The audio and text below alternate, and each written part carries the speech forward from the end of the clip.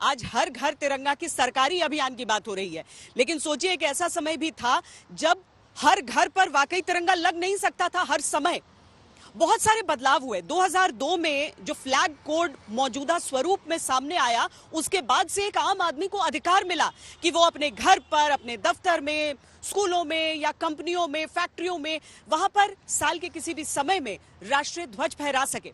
तो अगर आप भी हर घर तिरंगा और तिरंगा अभियान के साथ इस बार जुड़ने का सोच रहे हैं, तो हम आपको फ्लैग कोड के चंद प्रावधानों के बारे में बताते हैं जो आपके लिए बहुत ज्यादा जरूरी होंगे।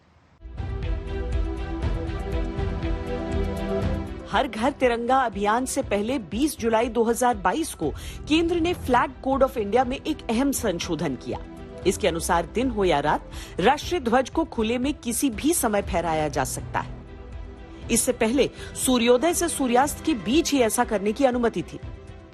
दूसरा अहम संशोधन पिछले साल हुआ था। इसके अनुसार अब तक केवल खादी से बनने वाला तिरंगा सूती, ऊनी, रेशमी या पॉलिएस्टर का भी हो सकता है। इन दो संशोधनों से पहले जो सबसे अहम बदलाव हुआ था वो था 2002 में, जब आम नागरिकों को अपने ध्वज पर खास अधिकार मिला था। फ्लैग कोड ऑफ इंडिया के क्लॉज 2 के अनुसार हर व्यक्ति को स्वतंत्रता है कि वो सार्वजनिक, निजी या शैक्षिक संस्थान में राष्ट्रीय ध्वज फहराए।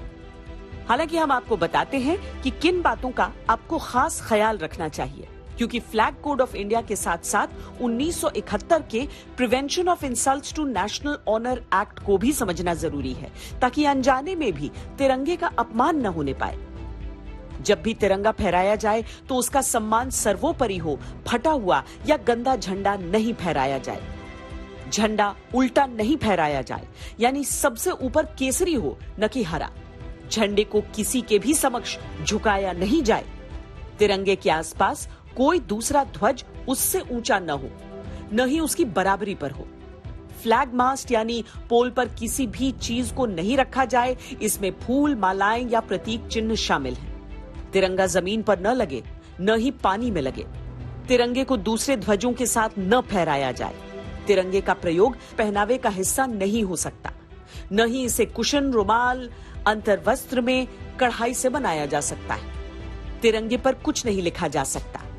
तिरंगे को किसी गाड़ी, ट्रेन, नाव या हवाई जहाज के ऊपर, बगल में, पीछे या सामने के हिस्से को ढकने के लिए प्रयोग नहीं किया जा सकता।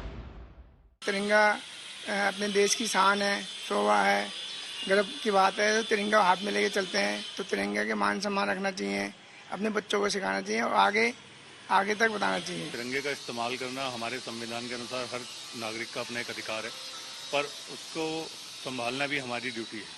और इस ड्यूटी को हम ये कह के नहीं छोड़ सकते कि जी प्रोग्राम खत्म हो गया, उसके बाद इसे कौन घर लेके जाएगा। अगर आपने लिया है, आपने फ्लैग को टेक किया है, तो आपकी रिस्पॉन्सिबिलिटी है। और अगर कोई ऐसा नहीं करता तो इवन आप ये मत सोचिए कि कोई और आके उसको हैंडल आउट करेगा। आपको अगर ऐसा लगता है कि आप कहीं पे भी अगर मैच हुआ होता है तो आप तो अपने क्लियर करते हैं, चाहे आपका घर हो, ऑफिस हो या सोसाइटी में भी कहीं ऐसी जगह होती हैं, तो सबसे पहले आपको खुद उसको इनिशिएटिव लेते हुए उसको पिक आउट कर लेना चाहिए और उसको एक ऐसी जगह पर रखना चाहिए जहाँ पे वो इज्जत और मान का अधिकारी हो। तिरंगा हमारी अस्मिता है, तिरंगा हमारी जान है, तिरंगा हमारा सम्मान है, तिरंगा देश की शान है। हमें इस पे नाज है क्योंकि तिरंगा हमारा पहचान है।